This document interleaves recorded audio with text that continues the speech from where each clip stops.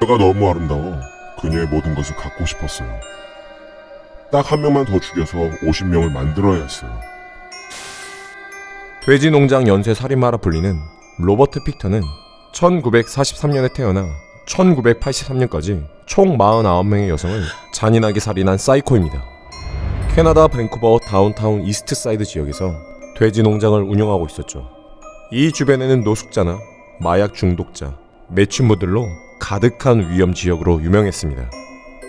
그러던 어느 날 매춘부들이 하나 둘씩 사라지기 시작했고 약물 중독으로 거리를 배회하던 여성들도 점점 보이지 않게 되었는데요. 당시 경찰은 매춘 여성들이 자신의 이름을 가명으로 바꾸거나 거주지를 바꾸면서 실종이 아니라고 대수롭지 않게 생각했죠. 살인사건이 밝혀진 것은 1997년 살인마에게 칼이 찔린 채 피를 흘리면서 가까스로 도망쳐온 매춘 여성이 이웃 사람들에게 도움을 요청한 사건이 벌어졌습니다. 여성은 칼에 찔려 병원에서 치료를 받으면서 경찰에게 신고를 했죠. 하지만 그때 여성이 도망가기 위해 몸부림치다 상처를 입은 살인마도 병원으로 치료를 받으러 오는 상황이 생겼습니다. 경찰은 여성이 매춘부에다 약물 상습 중독자란 점을 이유로 살인자에 대한 신고를 크게 생각하지 않았다고 합니다. 그래서 그는 단순 살인 미수로 체포되었지만 살인자는 보석으로 석방되게 되었죠. 점점 동일한 지역에서 여성만의 실종자 수가 수십 명에 달하자 경찰은 그때서야 급하게 현상금 1억 원을 걸고 수사에 착수하기 시작했습니다. 사람들은 불안감을 느끼고 두려워했지만 수사 당국의 늦장 태도로 시민들에게 불만을 만들기 충분했죠. 경찰은 그저 작은 배를 마련해 갈고리가 달린 막대로 강을 뒤지면서 뭐라도 증거가 될 만한 단서가 나오길 기대하며 강바닥을 그저 훑고 다녔다고 합니다. 2014년 8월 강 한가운데에서 시체가 떠올랐습니다. 구타와 강간의 흔적이 발견된 16세 인디언 여학생이 강에서 발견되었습니다. 그때부터 수사 인력은 85명으로 증강해 DNA 분석 자료 수집 작업이 진행되었죠. 시간은 다시 지나고 빌 히스콕스라는 제보자가 나타났습니다.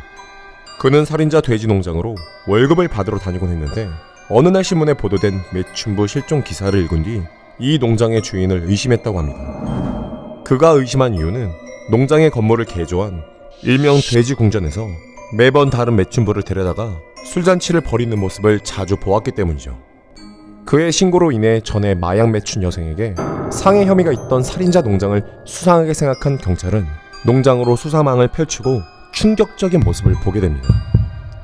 땅속에 묻혀있던 돼지뼈들과 함께 섞여있던 실종된 여성들의 유골과 뼈 조각들이 잇따라 발견되었기 때문이죠. 수십만 점의 뼈 조각은 유전자 감식을 통해 사람의 뼈임을 확실하게 구분하고 정밀한 유전자 분석을 통해 피해자의 신원을 확인을 했죠. 이러한 방법으로 시체 발굴이 계속되었는데 2003년 11월까지 진행된 작업에 무려 7천만 달러, 한화 약 600억 원이 소요되었다고 합니다. 수사에는 52명의 인류학자와 2명의 토양 전문가들까지 동원되었다고 하니 살인자의 20여 년에 걸친 살인 행각이 얼마나 참혹했는지를 보여주는 단적인 예일 것입니다. 2002년 체포 당시 로버트 픽트는 50여 명을 다 채우고 그만두려 했다는 말을 했으며 한 명을 남겨두고 경찰에 잡혀 실행에 옮기지 못했다는 끔찍한 말을 남기기도 했습니다. 그가 살인한 여성들을 고기를 갈아낸 기계에 넣어 돼지의 사료를 주기도 했고 도축한 돼지고기를 유통해서 판매를 했다고 하니 지역사회 시민들은 굉장한 충격을 받았다고 합니다. 살인마는 수감 중에 책을 썼다고 전해지는데 이 책에는 성경 구절을 인용한 내용이나 그가 경찰 조사를 받았던 내용, 무죄를 주장하는 내용, 돼지 농장에서 일을 하던 경험을 적어놓은 것으로 알려졌죠. 당연하게도 대중의 비판을 받은 책은 구매가 불가능하게 되었죠.